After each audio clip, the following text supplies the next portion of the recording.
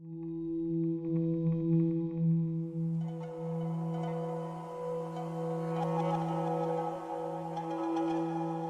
the last couple times that I was in the hot seat, we were going over the 7 letters to the 7 assemblies in Revelation. And we went over Ephesus, and I think the general gist of that one was don't be a know-it-all jerk. And then we went over Smyrna. That was the last time that I shared. And the general gist of that letter was get over yourself. So this week, the theme, as we move to the 3rd letter, the letter to Pergamum, the theme is approaching the throne. Okay, so you're going to hear that a lot tonight, approaching his throne, the throne. So keep that in mind. Now, we know that one cannot draw close to the presence if one is defiled. Okay, so that is going to be a key thing. And this came out of, I've spent a few weeks going over the letter to Pergamum, and then there's stuff that Alan has been going over in James, and there was just this convergence. It's like, I kept telling him, I feel like we're all on the same wavelength all of a sudden. Even the Torah portions, I don't know if you guys watch teachers online, the Torah portions that have been occurring in the past month or so, like Achrei Mot, which is after the death of Aaron's sons, because they approached his presence in an unworthy manner. And then the next Torah portion was Kedoshim, which is the one where it says, you shall be holy, for I am holy. And so we're going to have these ideas when we're discussing approaching the throne. We're going to be looking at these ideas of holy versus profane or defiled, and how that is related to how we are to approach his throne. And when you think approaching his throne, also think entering in or drawing near to his presence. Okay, all of those kind of stack on top of each other.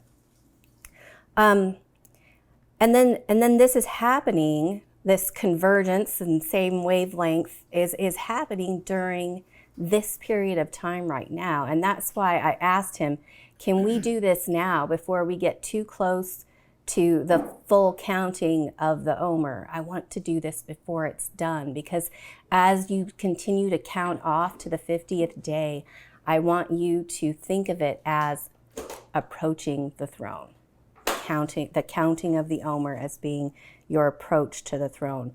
And I think that this letter to Pergamum is going to outline some ideas. At first I was just looking at all the elements of that letter, and then they seemed to all be pointing towards this idea. And so I'll be explaining that and going over it, and those are just the broad brushstrokes. So I'll also explain. Can everyone see the slide? I'll also explain why I put the Ark of the Testimony on the middle branch of the menorah, because that might seem a little strange. Click to this if you want your audience in the house to see it more fully. Okay, and then that's where I need to go to change. Okay. Okay, so I wanted to examine the relationship between the letter of Pergamum, that's in the bottom row, the relationship of it to first fruits, which was our last holy day. That's when the counting of the Omer started. And how it pertains to that this 50 days that we're in right now. So we will, when we look at, if you look back here, Pergamum is the 3rd. So we're now, this is our menorah template. So now I'm going to switch to the picture where you're going to have the 7s. And Pergamum, of our 7 letters to the 7 assemblies, Pergamum falls at the 3rd one. And I wanted you to notice that we are right next to the fourth position, okay, and that the fourth one is the center branch. And I wanted to spend a few minutes talking about the fourth, even though our letter is the third letter. I wanted to spend a few minutes talking about some of those themes and concepts that we had associated with the middle position. And I think you'll see why.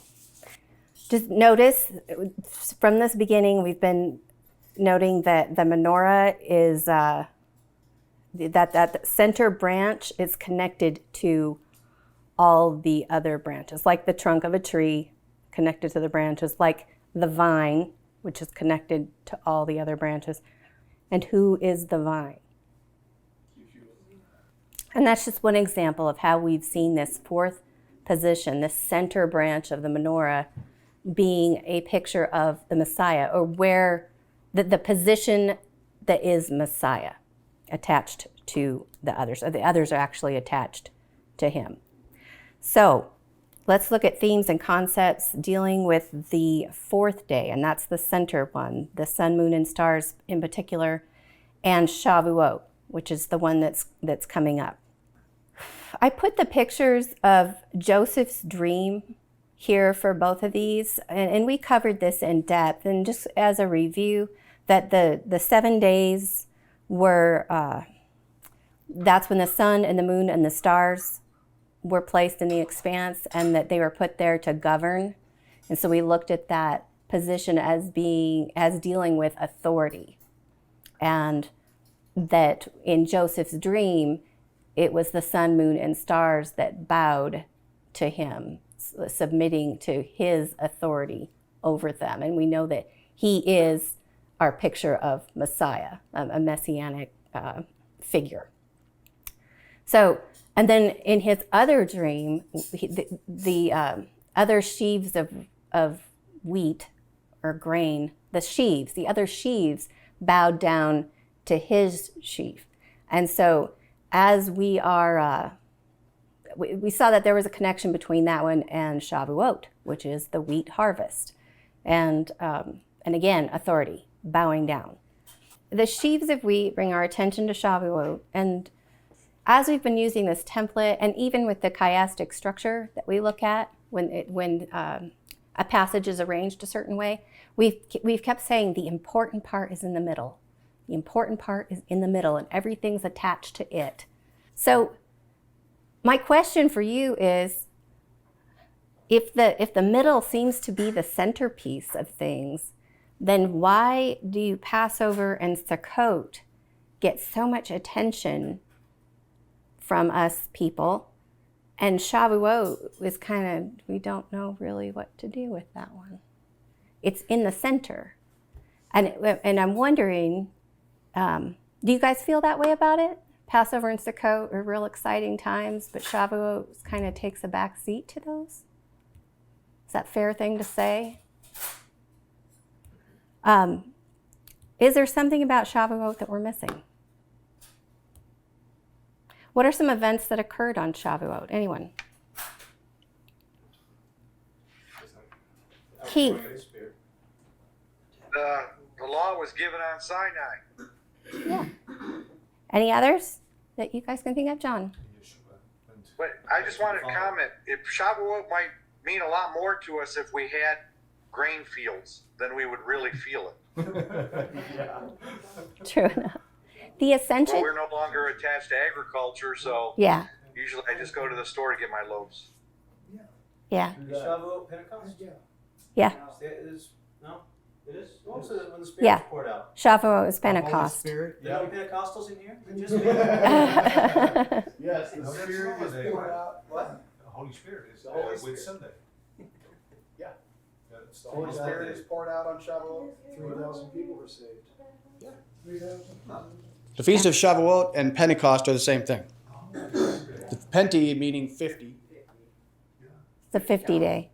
Yeah. Of course. Yeah. Yes. At the giving of the law, 3,000 died. And after giving Yeah. of the law, 3,000 died, and after then- the giving of the Spirit, 3,000 were saved. Yeah. Keith. It's huge. Yeah. Now, have you guys heard or do you relate to Shavuot as the Feast of Oaths? You heard that before? No. Oath. Oath. Because Oath, God sees vow. that as the time when He made oaths with people, and like when He made the oaths with Abraham, it said that was done on Shavuot, and of course with Israel, and of course the new covenant, the Spirit was given to the disciples. That was another time of, I guess accepting the Spirit was another commitment or covenant of an oath. So like the So that fulfilling, word oath, the fulfillment of oaths. fulfilling of it, yes. Yeah, that makes sense. Yeah, so that I've heard it called the Feast of Oaths. That's interesting. Yeah. I have to write that down.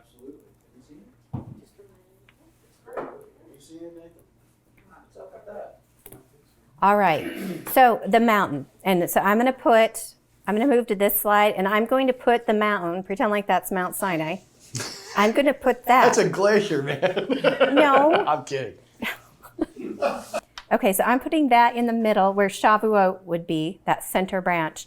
And then I want to look at a few of the things that they saw and they heard that day at the mountain when the instructions were given. Here are some things that they saw and heard from the mountain. There was thunder, there was lightning, there was the voice, and he descended in fire.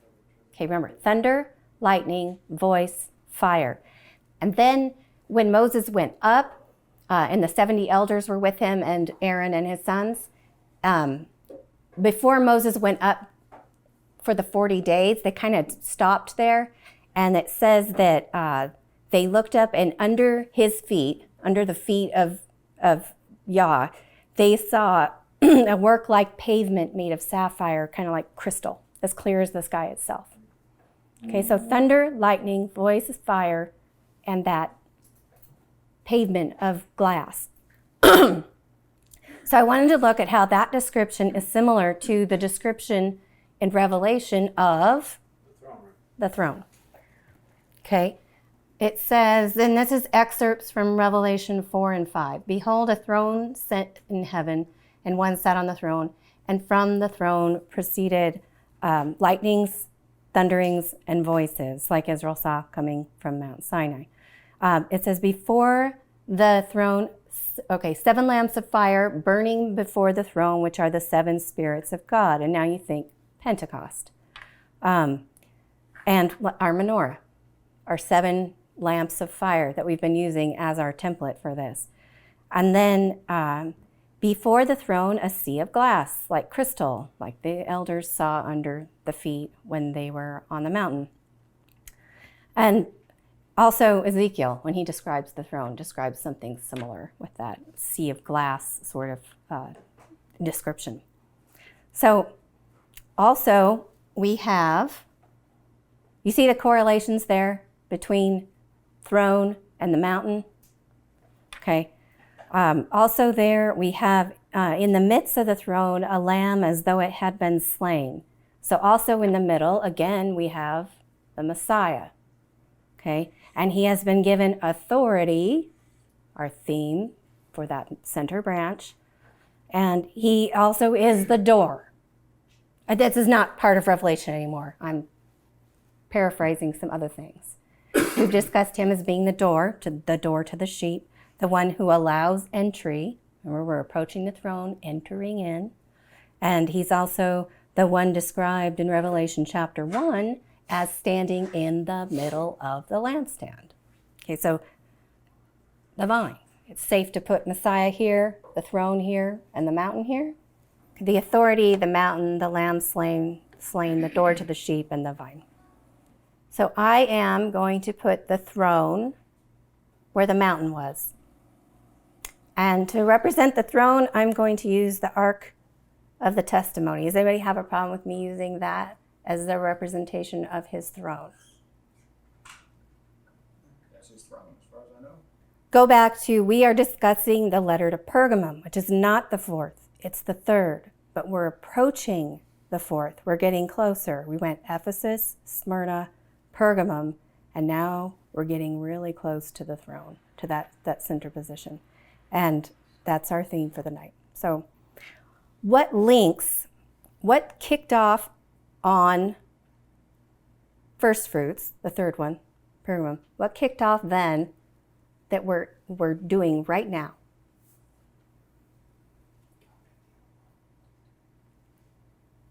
Thanks, Jerry. I heard it. Yeah, we're counting the omer. Okay? And that was that idea of the counting of the omer being that's what links the third to the fourth. And so that idea of approaching the throne, counting the omer, taking steps closer and closer. And we want to do that in a worthy manner. And so we're going to look at this letter to Pergamum because I think it's informative as to how we ought or actually ought not to approach the throne. So this letter, we're going to kind of divide the letter into two pieces. There's the Satan's throne, Balaam, and Nicolaitan piece. And that's going to be that issue of being holy or defiled, how to approach, one aspect of it. And then we're going to address the hidden manna, the white stone, the things that are given to the one who overcomes. And I think that piece is going to speak to being humble. Because being holy, undefiled, and humble are the two key things about that approach to the throne. And I think this letter hits both of them. I wanted you to think of approaching the throne as being figurative of a bride approaching the groom, the bride approaching the groom. And how does a bride approach the groom? We have a couple of examples, and I just wanted to look at some highlights for how each of these brides approached their groom. One of them being of the nations, grafted in, and the other being of Judah. Okay, and both of these approach undefiled and humble. Ruth, it says she washed and anointed herself. She laid down at his feet. Did you think it was weird that she lifted up his thing and laid down at his feet? I'm thinking that has something to do with that picture of the bride being humble and submitting to the king. And then she asked for him to cover her, and that's atonement, that being clean piece. And she obtained favor and provision for herself and her family.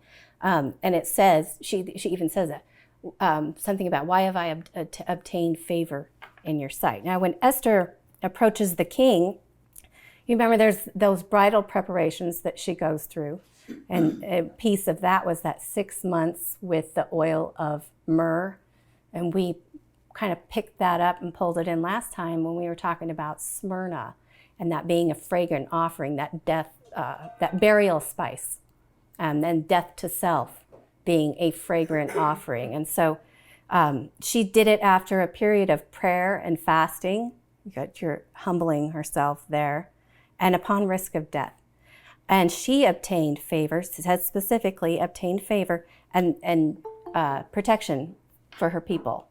Both women approach boldly. You know that saying, boldly approach the throne. Okay, but they were bold to approach, both of them, what they did. But they were prepared. They were undefiled, they were humble. And this boldly approaching the throne idea is not to, you want to make sure you draw a distinction between bold and brazen. Because if you just say, oh, he's taking all my sins away and it doesn't matter what I've done. This is true to an extent. It matters what you're doing. Well, I think that there is a distinction between the... Bold, it's not cavalier. Yeah. Right. It's not full of pride and it's not defiled. And I think that someone who is saved can be proud and defiled. We see that. We see that in ourselves. We're still working on taking care of that, aren't we? Is there anyone here who doesn't have a problem with both of those things, even though you are saved? Nathan, here, take over for me. No, you say it proves you're not. You know. Okay. I'm very humble, I Oh, yes. You're always fighting your new nature, which is God, and the old nature, which is our old sinful nature. Yeah. And, I wasn't going to bring this up. When I grew up in the church, I was under the impression that if you were saved, that everyone who was saved was a king, everyone who was saved was a priest, and everyone who was saved is the bride. But if you look at the parables, there seems to be some kind of hierarchy, just like there was in the camp, where there was a group there was the big group, there was the group that could enter in a little bit closer, there was the group that could enter into the holy place, and then there was the one who could enter into the Holy of Holies. And so just because we're saved and covered, I don't think that then we need to say, well, I just get to walk right. Because I've heard that he ripped open the veil and everyone can just walk right into the Holy of Holies now. That is not the veil I think they were talking about. I don't think I strongly think that is the wrong attitude to have about that Holy of Holies. Don't think that. Please, don't think that. So that was kind of, do you want to clarify, did I say something wrong there? Because I know that's kind of a hot topic. No, absolutely. I am 100% behind you there, and I think that you demonstrated aptly through both Ruth and Esther that they approached with a certain amount of boldness for sure, but with a lot of humility and preparation and humility. And yes, and I think you're right that there has been a lot of use of that catchphrase in mainstream Christianity regarding, approaching the throne of grace with boldness. And there is certainly a lot of truth to that. But you're right that you can't be brazen or cavalier and approach God, because we have so many demonstrations of that not going well. Nadab and Abihu were chosen to be priests. And look what happened to them when they approached in an unworthy manner. It doesn't mean they're burning in hell. It means they approached the throne in an unworthy manner. And look at the entirety of Israel. They were all saved out of slavery in Egypt. Not all of them entered into the land. Okay, so there's There is a hierarchy. There is different, we're all not destined for the same position at the same time. I think that there's things to consider. There may be some leaven that we have in the way we think about that destination that we need to clean out. Tracy. We just have to guard ourselves against approaching with a lack of reverence and fear, because that, I think, is unfortunately what I think you might be talking about, where you just have this, we're chums, we're buddies, we go way back, me and God kind of thing, instead of approaching his throne with reverence and fear, as this is a holy God that it's like a fire and I'm like stubble. And if I'm not like him when I approach, I'm going to be burnt up. Exactly. Very, very well said.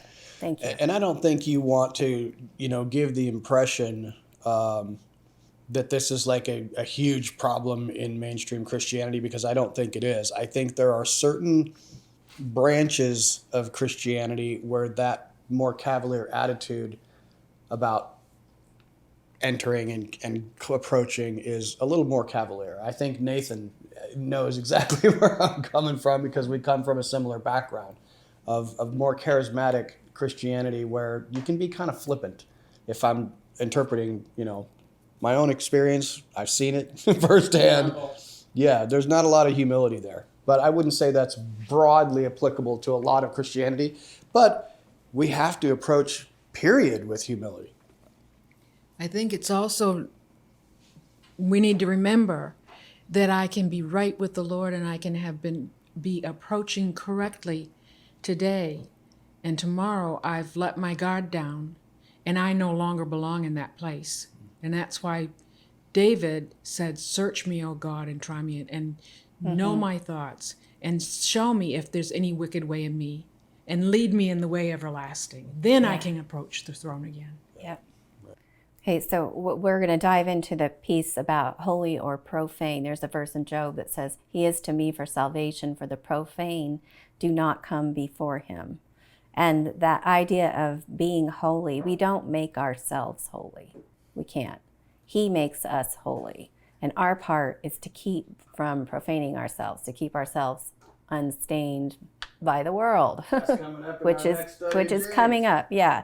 So think of it as like you're a parent of a 3-year-old and you give them a bath and you put clean clothes on them and you're headed somewhere special and their only job is to not play in the mud.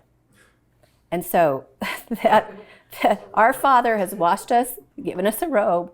Our job is to not play in the mud. And I think that in this letter to Pergamum, he kind of elaborates on what mud is. Because you can get a little dirty, you know, you can slobber on yourself, get some crumbs on there. But the mud, you need to stay out of the mud. So we're going to look at that.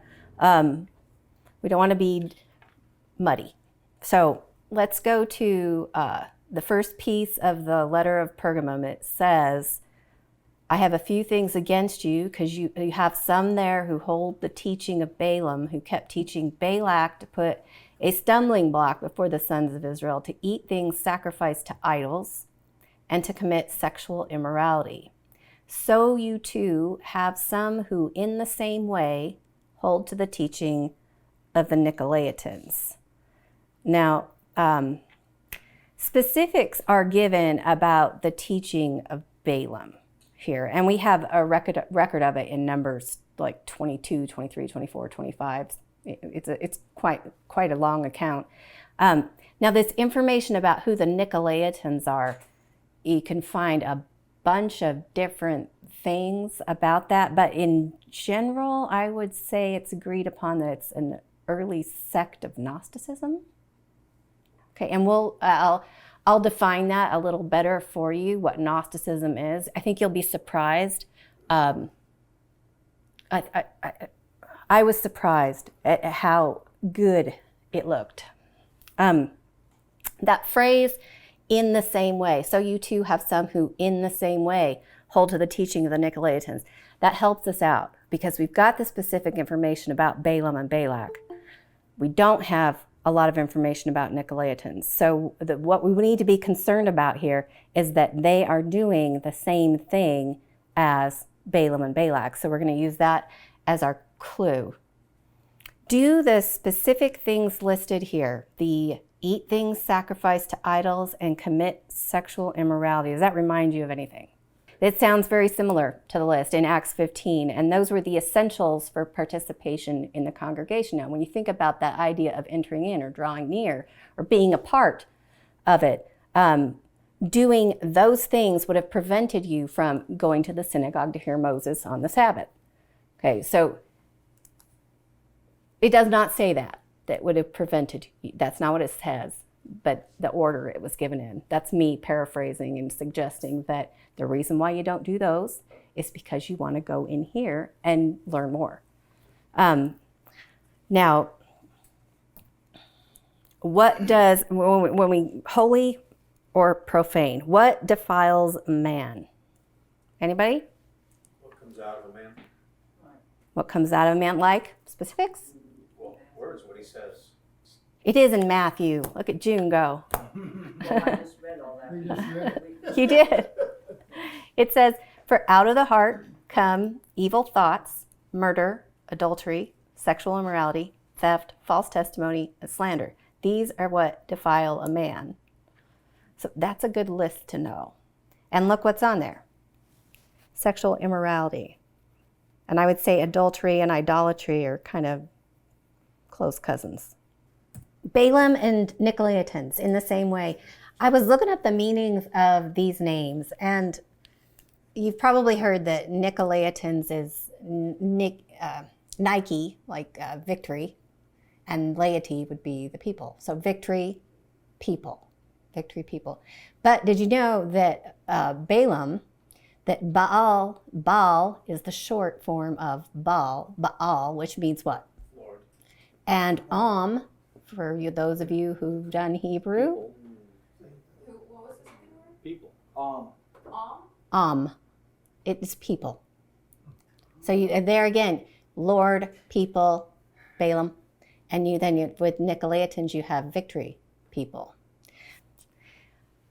What if it's not just a person or a group of people who have victory over the people or are Lord over the people, but it's also the people being in charge, being victorious, or being Democracy, baby. in charge. Now, I'm going to go there. It's the will of the people reigning, the will of the people sitting on the throne. And remember that for a few moments. The will of the people on the throne. And that's a tough thing, especially for us in America, because we don't serve any king. They serve us. And it's all about the will of the people. And, you know, there's that, who, was it Paul that said something to the effect, I'm paraphrasing, you show respect for your leaders?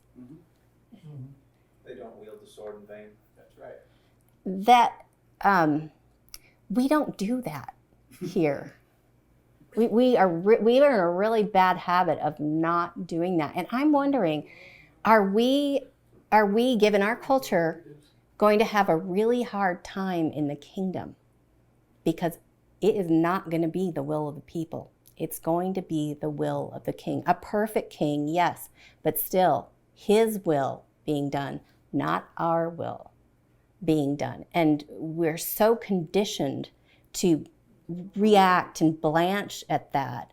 And I think we need to start now. Don't wait for the kingdom. Don't wait for him to come here and put his foot down, literally. Do it now. Put him on the throne. Die to self. His will, not yours. And his will is, that's a whole nother discussion. Switch back to the people. You know, you and I spoke the other. Oh, go ahead, Tracy. Did you want to say something? Yeah, I can wait if you need. No, not at all. Go ahead. I just wanted to share another potential meaning of the name of Balaam, because the word Baal, or however you say it, also means not or no, or nothing, and is people. So it's the doctrine of not a people. And if you take that to Hosea, you know, if you're called not a people, you're not God's people. So it's another potential meaning to the name. You know, We just read about the people's will. We just read about what defiles a man. Where does it come from? Out of the heart. Okay? So this I will, my will, defiles a man, comes out of the heart.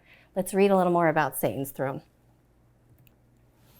Isaiah 14. You have said in your heart, and this is speaking of Lucifer, son of the morning, I will ascend into heaven. I will exalt my throne above the stars of God. I will also sit on the mountain of the congregation on the farthest sides of the north. I will ascend above the clouds. I will be like the Most High.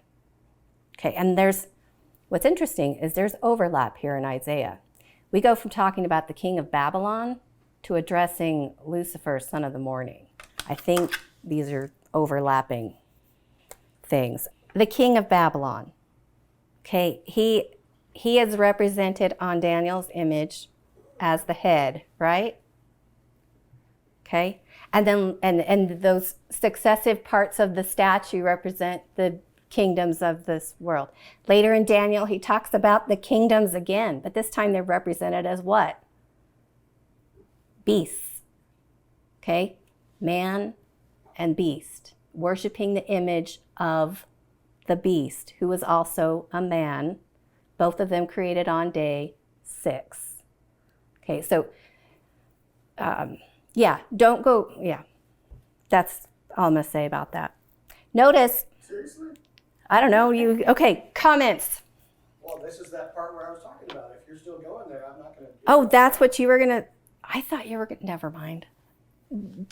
comment. I'm sorry, I didn't. Well, no, I mean, I thought you were going to talk about something else. No, it's what I was talking about earlier was the beast and how, you and the beasts of the field were both created on the same day, the sixth day. And you have a beast inside of you, the animal flesh. Oh, boy, yeah. Yes. You have, and here's the thing. We have a responsibility as a spiritual people to walk according to the Spirit and put to death the deeds of the flesh, to subdue the flesh. Now, what happens when a group of people is ruled by their flesh? They act like animals. They are worshiping the beast system. That is the beast system. And I think that's what you and I were talking about the other day. Part of it was, we're waiting for some secular beast kingdom to rise up and persecute Christians, which is certainly possible. But could it possibly be more likely that a beast system is simply one where the people rule that system and the people are ruled by their own beastly animalistic natures? So we are living in the beast's kingdom right now. And to the degree that you allow your flesh and your beastly nature, your appetites, desires, will, and emotions to rule you, you are a member of the beast's kingdom. If you don't put aside your own desires for the desires of God, you are a part of the beast system. And it's not, you haven't put Satan on the throne. You've put yourself on the throne, just like he did. I will exalt my throne. I will be like the Most High. This sounds like a lot of Eastern mysticism, or what you might hear at yoga class or in a Disney movie. Okay? And we'll address that a little bit. But notice notice the words like the lack of humility here. We've got ascend, exalt, be like the Most High. Pergamum, the name of our letter that we're looking at, that word means height or elevation. I know, Pergamum, that you dwell where Satan's throne is. Okay, so we need to continuously ask ourselves, who is on the throne? Okay, the opposite of worshiping God is not worshiping Satan, because you're still submitting yourself to someone else. The opposite of worshiping God is to worship self. And do you see in our culture that worship of self? I mean, we even have selfies now. Literally. Selfies. Yeah. Literally. Worshiping self. Okay. Whoops. Tracy, go for it. I didn't mean to. Go ahead, Tracy. Sorry, I'll try to be quick. I just wanted to tag on to that because, like, in the beginning when Cain fell, we see that God warned him, sin lies at the door. It's, or his desire is for you, but you should rule over it. Well, what did he do? He gave into that sin, killed his brother, and then went and started a city for himself, to make a name for himself. You never see anything about Satan in there, but that's what Satan's doing. That's what he wants. So that just kind of feeds into what you're talking about. Yeah. Being like, which father are you going to be like? That paternity test that we talked about. I would like to say just one final thing here, Angela, on that subject, just for the sake of clarity. When we say submit yourself to God and serve His will above your own, I think that can get a little murky. And I want to remind you of one simple thing. Serving each other, placing your will subordinate to other people is serving God. He says, to the degree that you did any of these small things to one of my disciples, you did it to me. God doesn't need anything from you. He owns all the cattle on 1,000 hills. He doesn't need your service.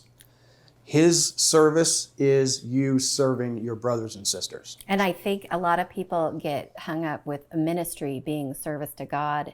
And a lot of times that ministry becomes a self-serving pride thing. And But that's what I was, you said leaving out the devil.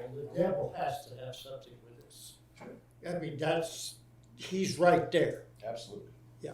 Yeah, and his desire is to see you push aside your brother and go after your own interests. And he's going to entice you to do that in any way that he can. And just, When you approach the throne, you better bring your brother. that's right.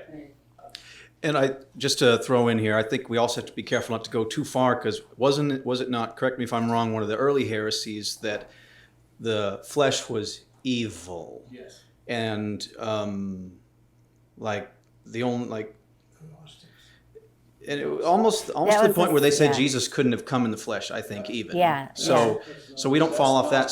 So we don't fall off that side either. That's The a flesh is piece not of like bad, Gnosticism. you know. The flesh just is supposed to be submitted to the spirit. And right? they need to be together. There's a lot of good things about the flesh when it's submitted. There's a lot of things that we're able to do that are amazing because those two things are together. He put them together for a reason.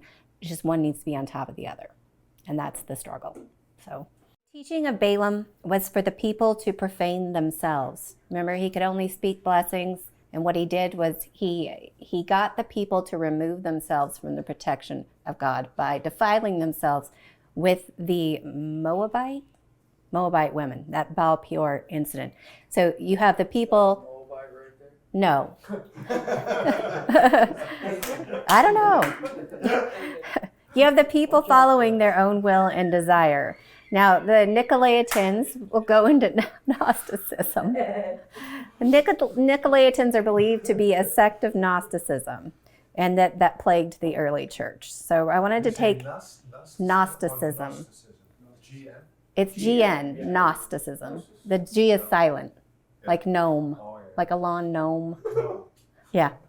So I wanted to take just a second to discuss Gnosticism. The creed of modern Gnosticism, also called esotericism or humanism, and Alan brought this up last week, is do what thou wilt. People's will. Seek out and follow your true path. Manifest your authentic purpose or mission, governed only by your own free will and pleasure.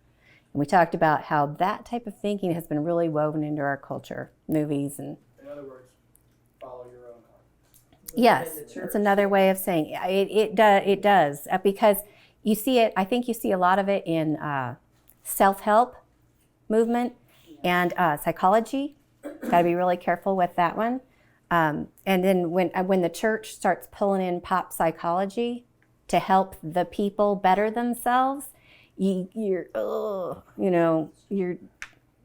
might be dwelling around the wrong throne. Okay, you might be holding fast to his name, and like the people at Pergamum, where that was their commendation. You hold fast to my name, and you have not denied. I forget the exact wording, but you dwell around. This is where you dwell. Okay, repent, get out of there. I'm about to take care of this problem. So, and we'll get to that specifically in a sec, Nathan. Just to mention, this is more position, right? Like there was a literal Satan's throne, like a Yes. structure in that area. Yeah, it's now in Berlin. Yeah, isn't that funny? So that these things, these kinds of ideas, I'm saying that these are leaven. That's leavening the whole lump, getting into the body even, and that this is kind of like the plague that spread throughout the camp at Baal Peor. These self-focused philosophies that we've been discussing, they are the creed of the cult of Thelema, founded by Aleister Crowley. I don't know if you've ever heard that name before. He was also known for a while as the wickedest man in the world. The name Thelema is the Greek word for will, like your will. And it's the word used in Luke 23 when Pilate hands over Yeshua to the will of the people. Thelema, that word. Things have changed over the past several decades. In fact, in the mid-1990s, Aleister Crowley's work began to get scholarly and academic recognition. Sorry. There is a book available on Amazon about this particular religion. It's called Thelema for the People, Exploring New Eon Gnosticism. And this is a description. Listen to this. It is described as a collection of essays on topics concerning the Gnostic Catholic Church as reformed by Aleister Crowley and his successors. Did you hear what I just said? This book is describing this religion as the Gnostic Catholic Church as reformed by Aleister Crowley. Do you know who that is? Okay, it also includes instruction in a modified form of Ignatian meditation for Thelemites. Listen to this. The ambition of these talks, papers, and prayers is to supply a hearty breakfast of scientific religion to those who have drunk and danced all night with doubt, so that they may have the energy and endurance to do so again. Does that send chills? So they can maintain that. It's like a religion for people. Like, Pharaoh, harden your heart. Let's help you out. We'll give you meditations and prayers for hardening your heart. What's really alarming is that this came out of the writings of early saints and bishops in the Catholic Church. This is kind of a reformation of the Catholic Church, if you will, and an extension of the Gnostics in the early church in the first century, the Nicolaitans. The teaching of Balaam. Do what thou wilt. See those pretty girls and those people partying? Live it up. Seek your true path. Find personal fulfillment where you will. I'm going to skip that part. I don't want to talk about Aleister anymore.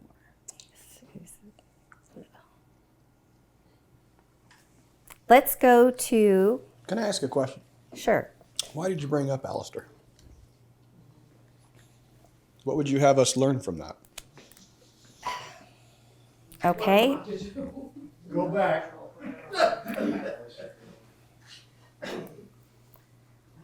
Because this philosophy of do what thou wilt, of the people's will being done, and it being turned into a religious sort of observance, this used to be thought of as evil just 100 years ago. This guy was from the early 1900s or so.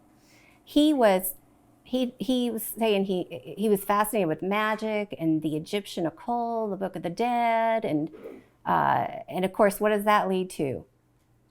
Sexual immorality, and it was all the same stuff that always dwells in the same neighborhood. It's like those things just all live together. And when I saw this, and then I looked at our culture, the way it is, I felt like I was one frog sitting in a pot looking at another frog saying, sure is getting warm in here. And sometimes we don't even see it because it's the happy ending to movies. It's company logos and marketing strategies. It's all about your gratification, making you happy.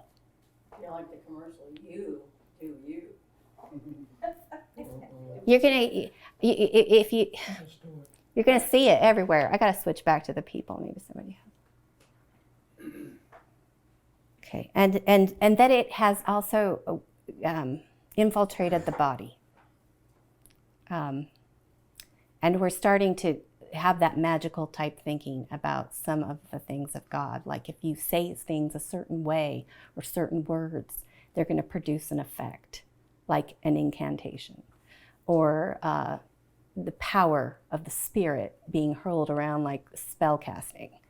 I think we're walking a fine line, just like the Catholic Church was. And look where that goes every time. And so when we hear about these people, Pergamum, dwelling where Satan's throne is,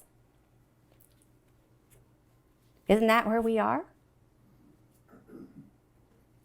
Okay, so let's see what the advice is that's given to them. Oh my.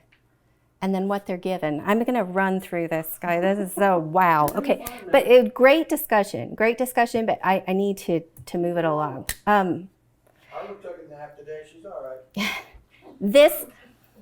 This piece about Satan's throne and Balaam and Balak, it's bookended with the one who has the sharp two-edged sword. That's from him.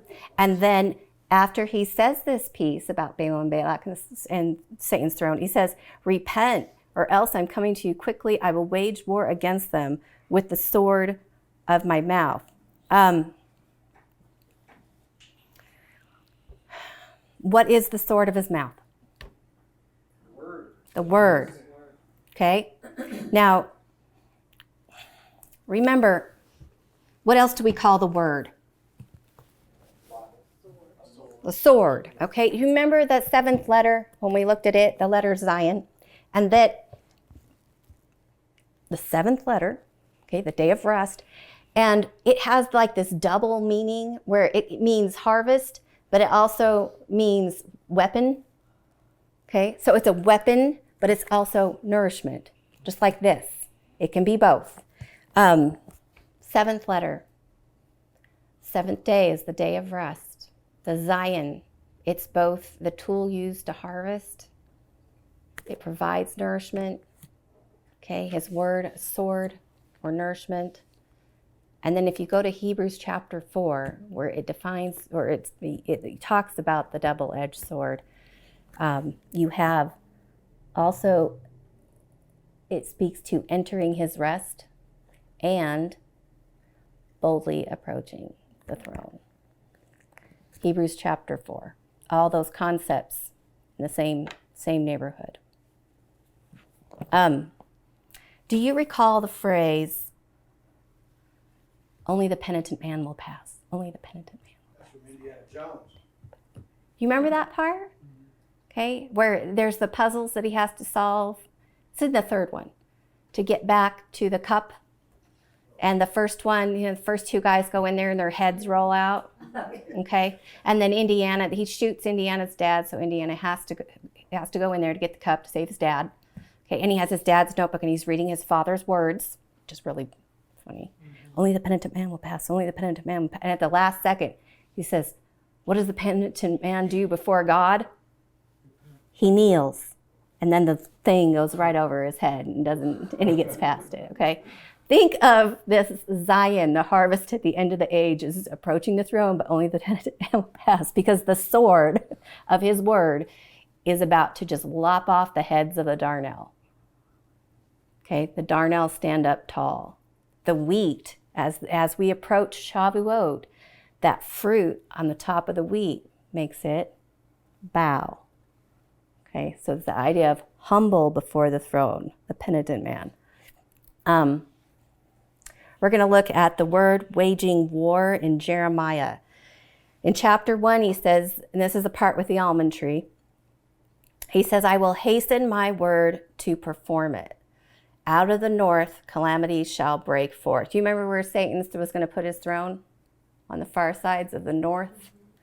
Okay, all the families of the kingdoms of the north, they shall come, and each one set his throne at the entrance of the gates of Jerusalem, against all its walls all around, and against the cities of Judah. I will utter my judgments against them.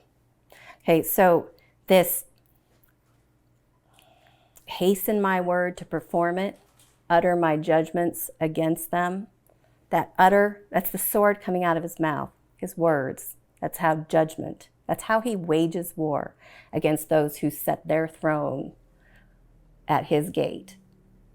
And in our letter to Pergamum, he says, I'm coming to you quickly. Hasten my word. I will make war against them with the sword of my mouth. Utter my judgments against them. Saying the same thing here that's been said before in this Jeremiah chapter 1. Lou? Well, I could be way off base, but is it this what Yeshua did when he came? Yeah, absolutely. which is the Pharisees and the Sadducees, and he said some pretty good words. Yes, he did. Anybody online? Tracy? Okay, just checking. Okay. Before we, oh man. Okay, before we go to the second part, and it's much shorter, I promise, of The second part. the letter. This was the introduction. Yes. I'm so sorry. This is, but it's good that you guys have so much input here. I wanted to remind you that we're talking about the 50 days from first fruits to Shavuot, the counting of the Omer. That's our approach to the throne. And then this letter that we're looking at is how to not approach the throne. So during this time, we count the Omer being a unit of measurement. The one who, never mind, just keep that in mind for a minute. Now, the one who overcomes is given the hidden manna, a white stone, a new name. Okay, and we'll look at the concept of the writing on the stone. And then this last phrase, which no one knows except the one who receives it. So I want to ask you, where is the hidden manna? Yeah, in the ark. And before the presence, the ark of the testimony. How much of it is there? One jar, an omer. An omer. Okay. So the hidden manna is before the ark, and there is a full omer of it. Okay, so as we get to the middle, the position of the throne, we have our full omer, like our full count, when we've gotten to Shavuot. Now the white stone, see how quick that went? Hidden manna, done. White stone, next. Just hidden manna, full omer before the throne. The white stone, that's not the way that was supposed to go. All right. In Roman times, white and black stone were used at trials. White stone meant innocent, black stone meant guilty. Okay? In the Greek culture, they used white and black stones to vote. Okay? A white stone meant favor, prove, and a black stone was a no vote. And then I don't know if I'm completely missing a slide here. At atonement, we have a white and black stone being used for the goats. Remember the two goats that are identical? And on the white stone, they draw lots for the goats. And on the one who gets the white stone, on the stone is written, "For the Lord." And that goat was presented before God.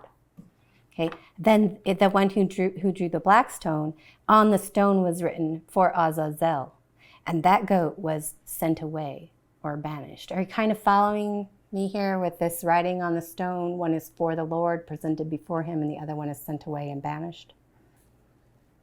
Okay.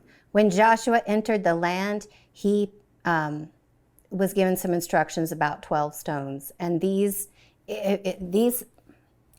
stones were taken from the feet of the priests who held the ark. So if you think of the ark as the throne, the stones are taken from below the throne. These are the stones that are kneeling, bowing under the throne. And he said, take these stones up, and he numbered them for the 12 tribes of Israel. And these, not going to go over that.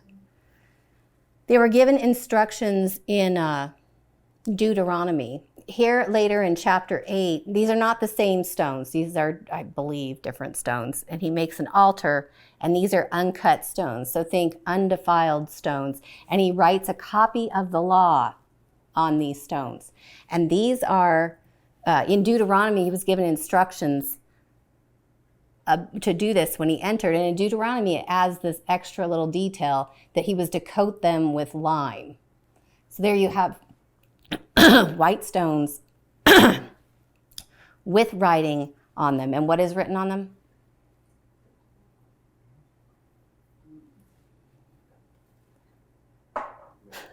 You guys are done. I know. I think Alan, Yes. should we just wrap? I think I feel like Oh, what's that? I feel like we've reached a saturation point. What'd you say, Alicia? No, I'd never seen that coat them with lime to make them white. Yeah, I don't know why I never saw that. it's back in Deuteronomy. It's not part of Joshua. But in both places they write the law on them. Those are their instructions. So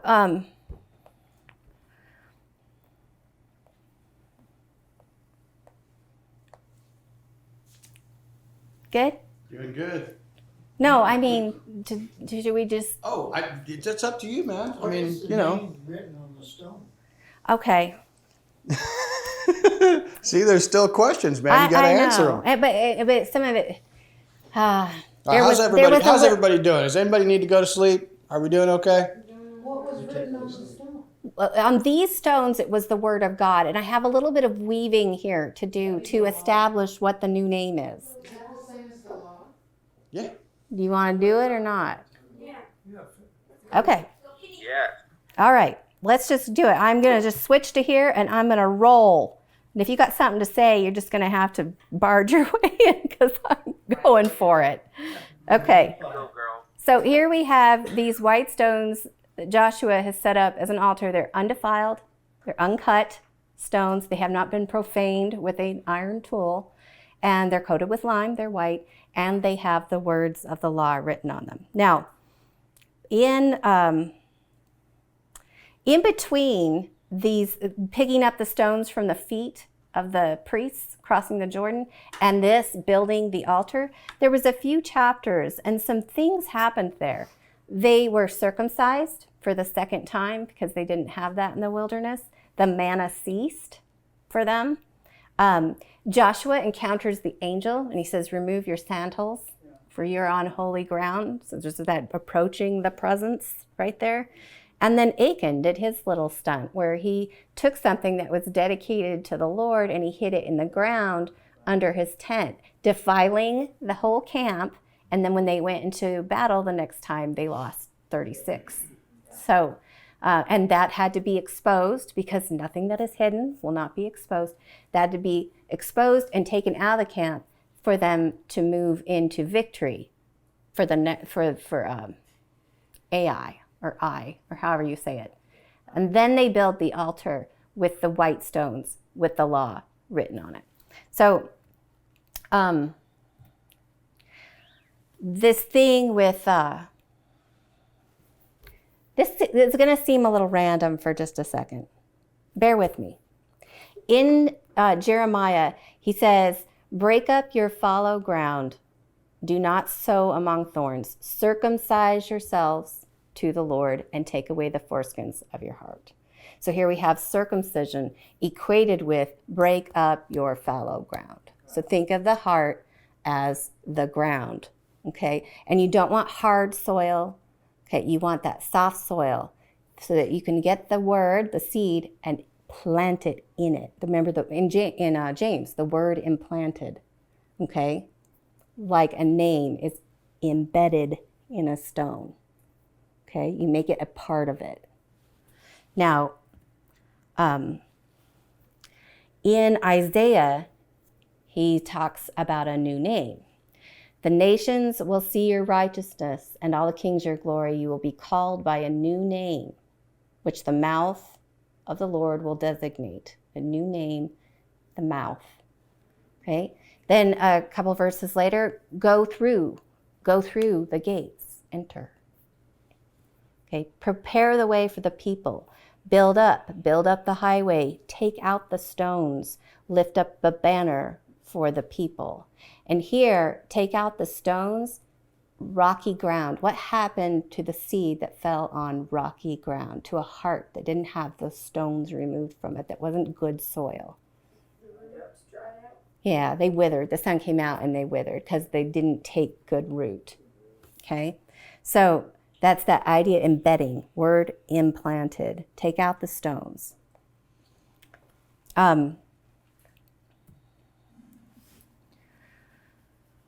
Ezekiel. And in this passage from Ezekiel, this is going to be the one with the heart of stone and the heart of flesh. And we're going to read about holy, profane, his name, and a harvest. Okay? I had concern for my holy name, which the house of Israel had profaned among the nations to which they had gone.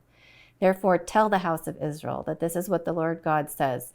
It is not for your sake that I will act, O house of Israel, but for my holy name, which you profaned among the nations to which you went. I will show the holiness of my great name, which has been profaned among the nations, the name you have profaned among them. Then the nations will know that I am the Lord, declares the Lord God, when I show my holiness in you before their eyes.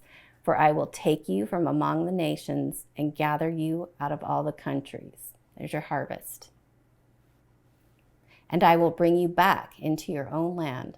I will also sprinkle clean water on you, and you will be clean. Remember, our brides were washed. I will cleanse you from all your impurities and all your idols, those things that defile.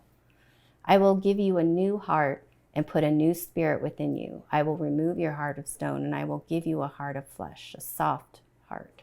And I will put my spirit within you and cause you to walk in my statutes and to carefully observe my ordinances. So, I will put my spirit in you, and we call the spirit the helper. What is it supposed to help you with? To walk in his statutes and carefully observe his ordinances. Then you will live in the land that I gave because it is, that's what makes it possible. We got the Spirit now, and now we don't even want to do it. Yes, we do.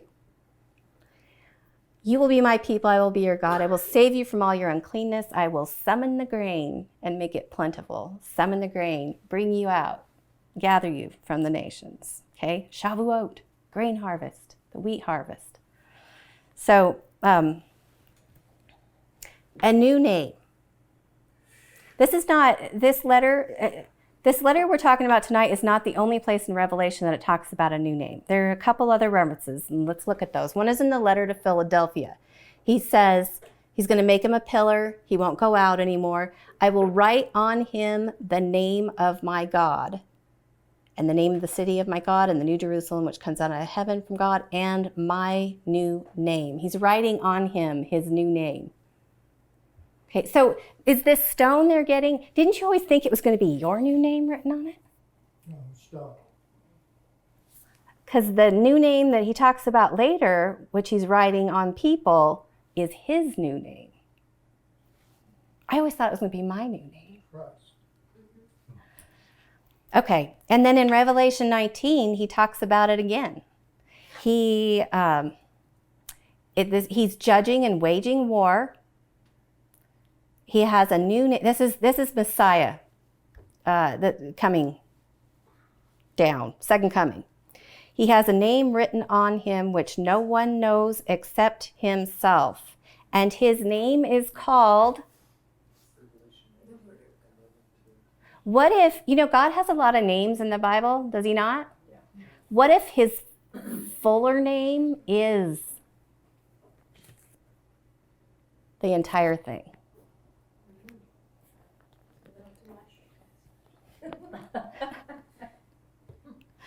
His name is called the Word of God. Okay, from his mouth comes a sharp sword that he may strike down the nations. And this no one knows except himself. Remember, a white stone in the Pergamum letter had a new name written on it that no one knows except he who receives it. And you think, I want to know what that name is. It's not intellectual, informational knowing. Remember when we talked about know? It's relational knowing. No one knows it except he who receives it. And who receives it? The one with the heart that's soft and circumcised so that the word can be implanted. The word can be written on him. Does name have also a different meaning? Well, it's not just the syllables that you utter to get someone's attention, it's their reputation, their nature. And this defines his nature. That's why I'm saying, what if this is his fuller name? I wouldn't even venture to say fuller name. Anyway, so I'm not going to read it to you. If you would like to go back now and read the letter to Pergamum, it's not very long, but maybe with all this discussion of those elements, I don't know. I'm sorry. Tracy. I just wanted to read Jeremiah 15:16. Your words were found, and I ate them. Your word was to me the joy and rejoicing of my heart, for your name is called on me, O Yahovah Elohim of hosts. That sounds like summing up exactly like what you just said. Anybody else?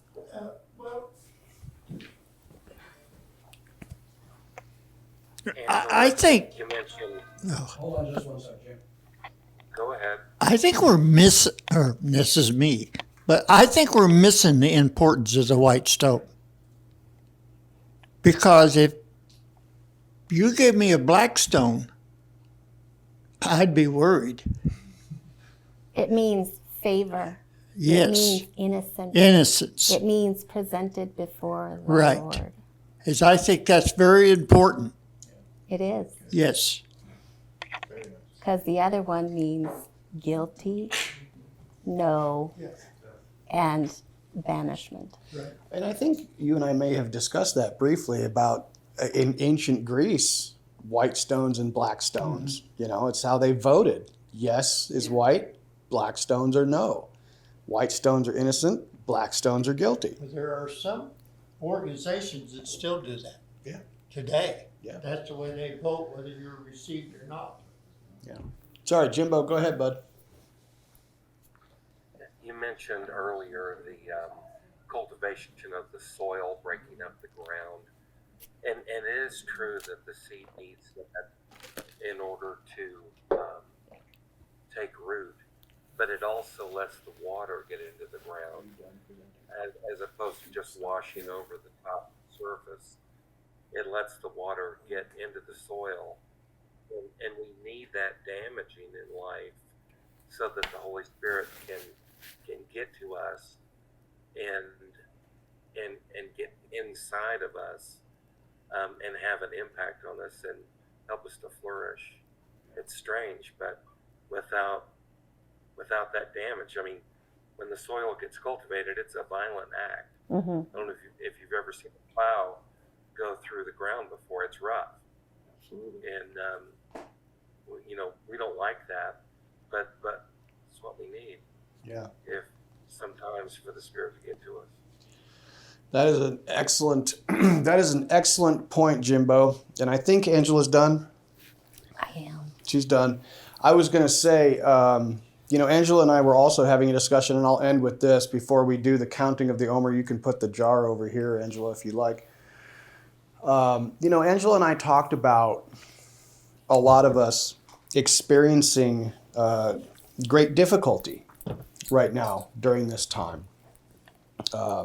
Health problems, anxiety problems, depression problems. I know this is really, really common at this time of year. For whatever reason, people get anxious, depressed. Maybe that exacerbates some health problems. I'm not sure. But, the interesting thing was we were talking about how difficulties in your life are a blessing from God. It's very difficult to see them that way. But the challenges that you face, I mean, it just goes right back to the book of James. The very first verses. Consider it all joy when you encounter various trials, because this is the breaking up of hard, rocky ground. Removing the stone. It's like Sarah not being able to have children for 90 years. According to Jewish legend, God deliberately withheld children from her because he wanted her to stay attached to him. He knew that if he gave her children, she would have no need for God. And I don't know about you, but my perceived need for God dissipates rather quickly when things are going well for me. When I have all the money I need, when my relationships are going well, when I'm healthy, when I'm sleeping well. You know what I'm saying? When I don't have pain in my body, my dependence upon God wanes. This is why persecution, difficulty, illness, depression, anxiety, these are evil things that God is perfectly happy to use to break up your fallow ground, to get closer to you and draw you closer to him. That's the point of it all, is to restore the relationship between him and you, and he'll do what he has to make that happen. Yeah. It's my favorite part of the journey. I'm just loving to listen to you. And for people who know the Romans 8:28. All things work together for good for those who love him and are called according to his purpose. These are all good things. So consider it joy when you are facing all these difficulties. Truly, truly try to be thankful. Say, wake up and write down in your journal, I am thankful for all the good things in my life. And I'm also grateful for all the challenges in my life. That's a hard one to do. But really try to embrace it, because it will demonstrate some amazingly powerful things for you. Fair enough? Here we go. Like the New Moon Festival is so cool because we are like the moon. We wax, yes, we do, and we get brighter and we become full, and we wane, and we drop off, and we become dark. Yes, we do. And then it's a cycle, and then we get bright again. And that man is so welcome at the table of the king who notices the full moon. Yeah, absolutely. When he sees, aha, I see in that brother and that sister, they're turning back. Mm-hmm. They're turning toward the Lord. That person is welcome to sit down and eat with the king. Yeah. And the world's not like that. The world looks for the bad in people, mm-hmm. and points out the folly and the downfall. Chevy Chase made his fortune by falling down in front of people. People laughed hysterically. And that's the way the world is. But God's not that way. He applauds when somebody sees a brother or a sister coming back to the Lord. Absolutely. Thank you, Jimbo. Lou, you got the final word, buddy. Okay. There's one thing that we have to remember, and this is written in Romans, is that there's nothing, absolutely nothing, that can take the love of God away from us, no matter what. Lou's absolutely right. Remember that one. He is firmly dedicated to the idea that nothing can separate you from the love of God. You ready for the blessing of the counting of the Omer? Yeah. Let's do it. Blessed are you, Yehovah Elohim, King of the universe, who has sanctified us with your commandments and has commanded us to count the Omer as we approach Shavuot. Amen. Shavuot is in 3 weeks. Let us pray.